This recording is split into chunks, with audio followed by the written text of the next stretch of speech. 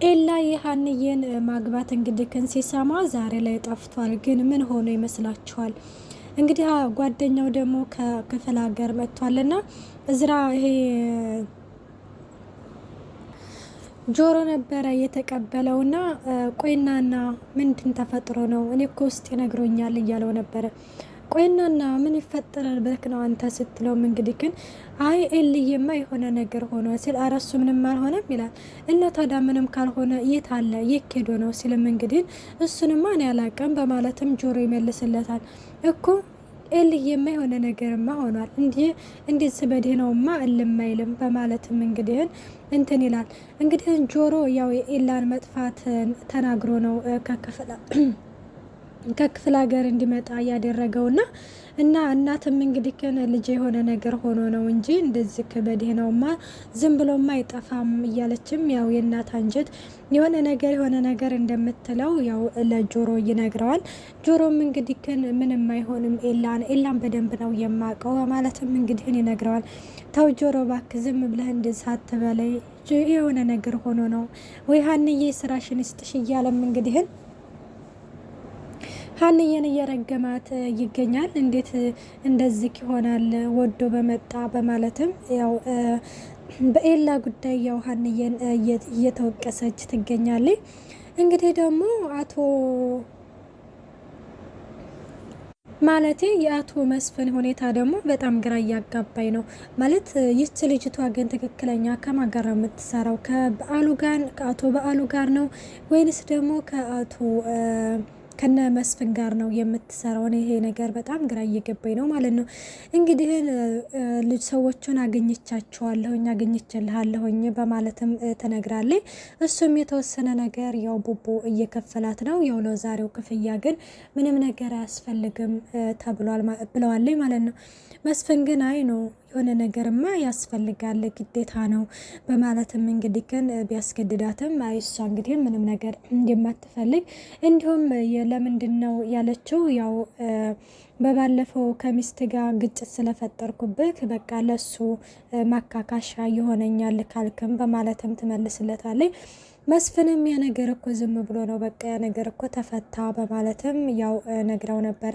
ይህ ክፍተት እንግዲህ ግን የተፈጠረው ከአሁን በፊት በነገራችን ላይ ከተመለከታችሁ ሜላት ያው መስፍንን ላይን ጠልተው ነበረ። ምክንያቱም ከዚቹ ከልጅቱ ጋር ተቀምጦ ሻይ ቡና ሲለካ እየወጣ ከሷ ጋር ሻይ ቡና እያልክነሩ አለ በማለትም በጣም ብዙ ደረጃ ደርሳ ከቤት ራሱ አባራው ነበረ ማለት ነው። እና አሁን ላይ በድጋሚ ተስማምተዋል። ግን አሁንም ቢሆንም አቶ መስፍን ለሜላት ሳይናገር በድብቅ ልጅቷ ጋር እየተገናኘ በእርግጥም አይታወቅም የሆነ ነገር ማለት ስለ ድርጅቱም ሊሆንም ይችላልና እና ልትሄድ ነው እያለችው ነበረ። ልትሄድ ነው ስትለው ራሱ ምን ነው ቀናሽ እንዴ ከፈለግሽ አብረን እንሄድ እንደማለት ነበረ ያላት እንጂ የሆነ ነገሮችን በግልጽ አድርጎ አልነገራትም። ሰላም ጤና ይስጥልኝ ውድና የተከበራችሁ የቻናል ቤተሰብ እንደናችሁ ደህና ናችሁ ወይ? ያለው እግዚአብሔር ይመስገን። ለዚህ ቻናል አዲስ የሆናችሁ ሰብስክራይብ በማድረግ ቤተሰብ ሆኖ እንዲሁም ነባሮች ስለምታበረታቱኝ እጅግ አድርጌ አመሰግናለሁ። ተወዳጅና ልብ አንጠልጣይ የሆነውን ኖላዊ ድራማ ይዘንላችሁ ቀርበናል።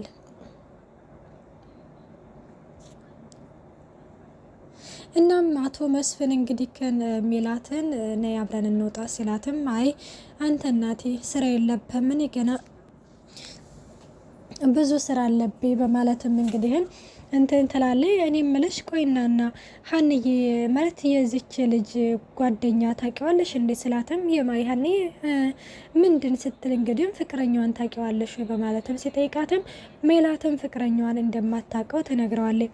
ለምን ቤት አምጥታ ታስተዋውቀንም በማለትም እንግዲህ አቶ መስፍን ሲጠይቃትም ሜላትም እንግዲህ ሀንዬ ከጋብቻ ወዲህ ያው እናንተ እንድታውቁት አልፈልግም ስላለችኝ ነው። እኔ እኮ አባቷ እንዴት አድርጎ እንዳሳደጋት አላቅም እያለችም እንግዲህ ለመስፍን ትነግረዋለች። እንዴ ምን የት ዘመን ላይ እንዳለን አላወቀችም እና ነው ወይስ ምንድን ነው ሲልም እኔ እንጃ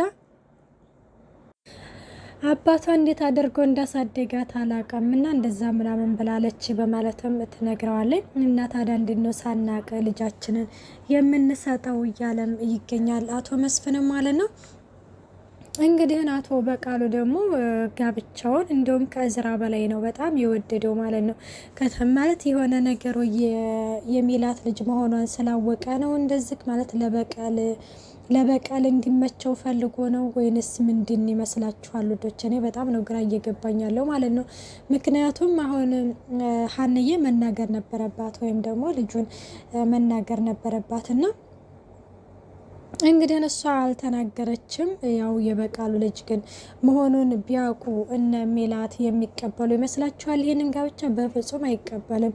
እንዲሁም ምክንያቱም እነኚህ ሰዎች እኮ ማለት ለመጋደል የሚፋለጉ ሰዎች ናቸውና እንግዲህ አቶ በቃሉ በጣም ፈልጎታል ይሄንን ጋብቻውን። እቺ ልጅቷ ራሱ ከመስፍንም ጋር ከሱም ጋር አብራ የምትሰራዋለችና እና ምንድን አለቃ እንዴት ነው ምናምን ስትለው ደህና ነኝ እና በጣም የምትመጭ አልመሰለኝም ነበረ ሲላትም ለምንድን እንዴት እንደዛ አልክ ስትለውም ምክንያቱም በብዙ ነገር ስላስቀየምኩሽ ይላታል። ኧረ ምንም መቀየም የሚባል ነገር የለም በማለትም እንግዲህ ግን ትመልስለታለች ማለት ነው።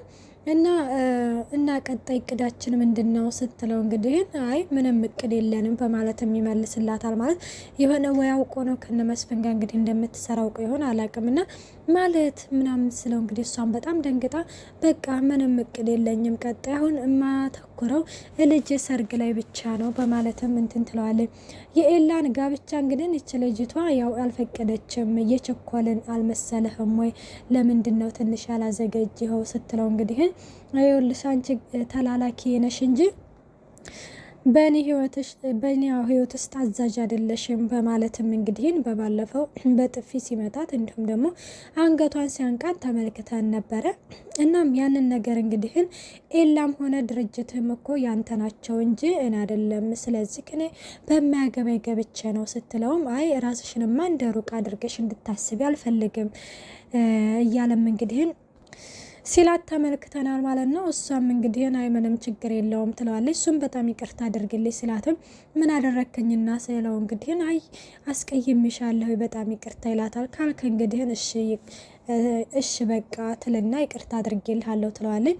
እሱም እንግዲህ ይቅርታ እንዲያደረግሽልኝ የሆነ ነገር ስጋብዝሽ ነው በማለትም ያው እሺ እንግዲህ ትልና በሱ ምርጫ ያው ግብዣ ስትጋበዝ ተመልክተናል።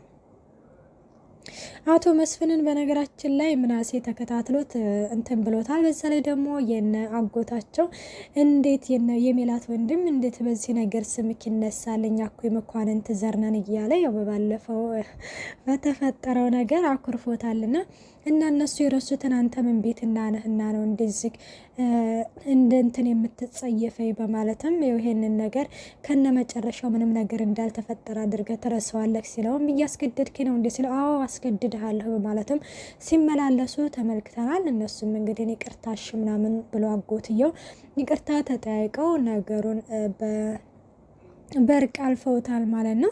እንግዲህ በስተመጨረሻ ደግሞ ያው ጆሮና የኤላ ጓደኛ እንግዲህ እየፈለጉት ነበርና በስተመጨረሻ ስለ ኤላ የሆነ ነገር ተደውሎ ተነግሮታል። ምንድነው የሚለውን ደግሞ ቀጣይ ፓርት ይዘንላችሁ እንቀርባለን። እስከዛው መልካም ቆይታ። ባይ ባይ።